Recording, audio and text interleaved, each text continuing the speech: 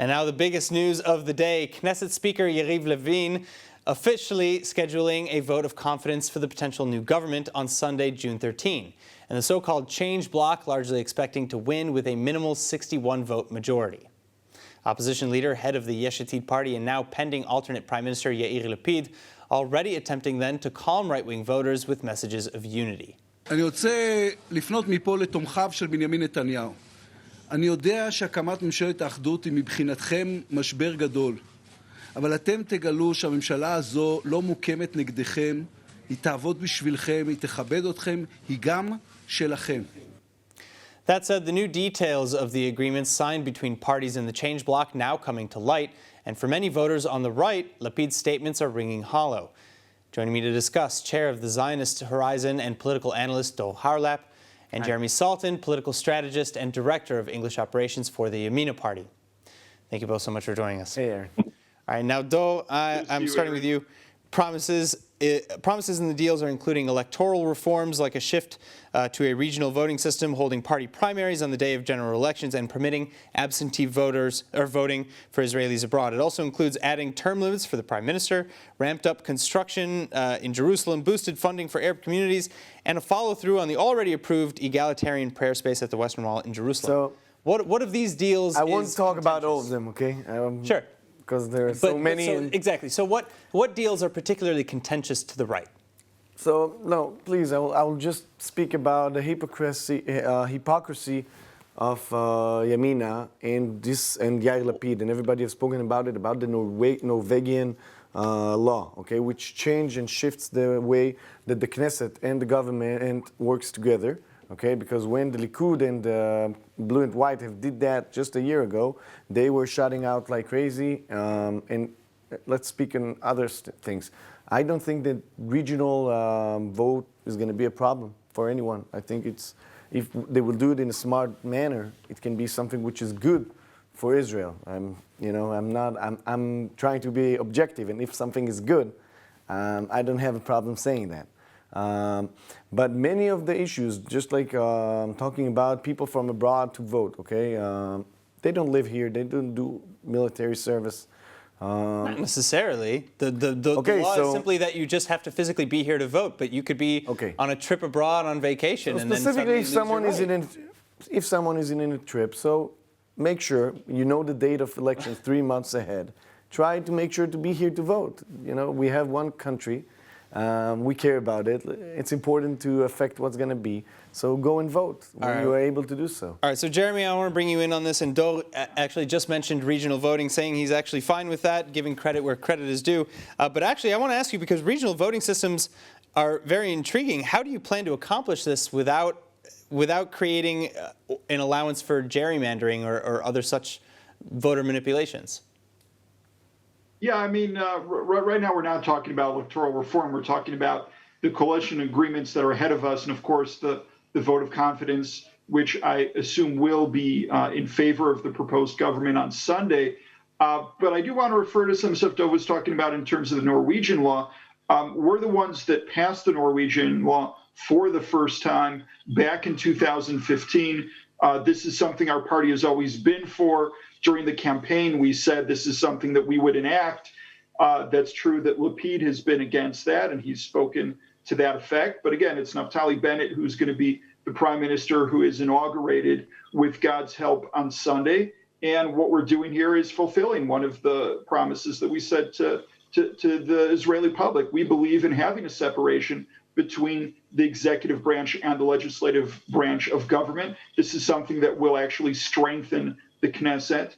This will allow also the ministers to be able to spend their time in the ministries as opposed to showing up all the time for countless votes, which of course happens quite frequently with a narrow 61-59 coalition. So I completely reject that is an issue. That's actually something that we campaigned on. All right, so I want to ask you as well, another portion of the deal allows for a shared veto power between Naftali Bennett of your Yamina party and Yair Lapid. Is that something that you suspect might actually cause conflict, and where each party is constantly vetoing the initiatives of the other? And this speaks to the heart of the argument of the ineffectual government that may come to pass on Sunday? I actually think the veto, the mutual veto, is a great idea. I think that's actually going to be what maintains this coalition stability.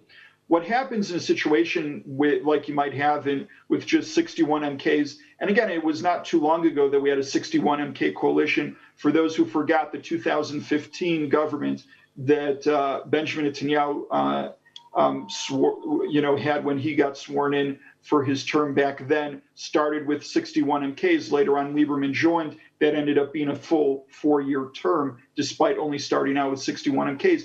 What you have is a situation which each MK could potentially take the coalition hostage. By having veto power on both sides, this resists the temptation of any renegade MK from the left or from the right from trying to go ahead and score brownie points by trying to pass a piece of legislation, because ahead of time, it's very clear that they're not going to be able to. So it resists, the temptation to actually go ahead and embark in a situation where they know they're going to be vetoed anyways. All right, now, Dor, I want to ask you, because according to this new potential government's charter, the government will work to mend the rifts between the various elements of Israeli society and to strengthen the foundations of Israel as a Jewish and democratic state.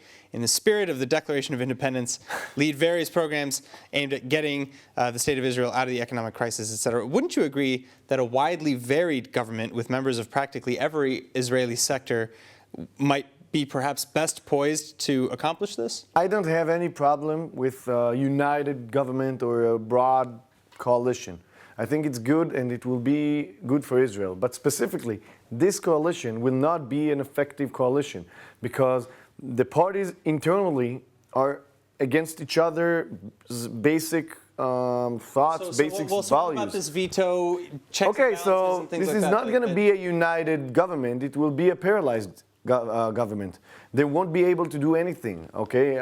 When Mansour Abbas will ask for something, Naftali Bennett say, no, we cannot do that because I want to be able to say that I'm right-wing, even though it's not really happening. And when Merav Michaeli will try to say something about buses driving during Shabbat, during Saturday, so Naftali Bennett again will say, no, we cannot do that. And then when Yair Lapid will say, I don't want to give any money for the Orthodox Jewish yeshivas, so it will be just a paralyzed government. That's... All right, 10-second response from you, Jeremy. We have coalition agreements. There's something in there for the constituencies of all 8 parties. Because of that, and because of the fact that it takes a long time to go through the legislative process, we'll probably spend just the first year passing the stuff we agree on. We won't even get to the stuff we disagree on till the second year of government. So and like I said, the veto power, I believe, you're saying it's going to hold on for 1 year coalition? I said the first year is going to be there to be able to pursue the coalition agreements and all the stuff that is written there for the constituencies. And the second year, that's when we're going to start to do new things. I believe if we're able to show goodwill and we're able to work together, we'll be able to do new things in that second year of government. And again, that can build down to a third and potentially fourth year. What it depends, and that's really what it comes down to, is the goodwill and trust between the leaders of these parties and the ability to be able to maintain the various backbenchers in each one of these parties to go ahead and maintain this coalition. I think everyone to want to let this government live. Well, we'll see how all of this pans out after the vote on Sunday. Jeremy Saltan, Dor Harlap, thank you both so much.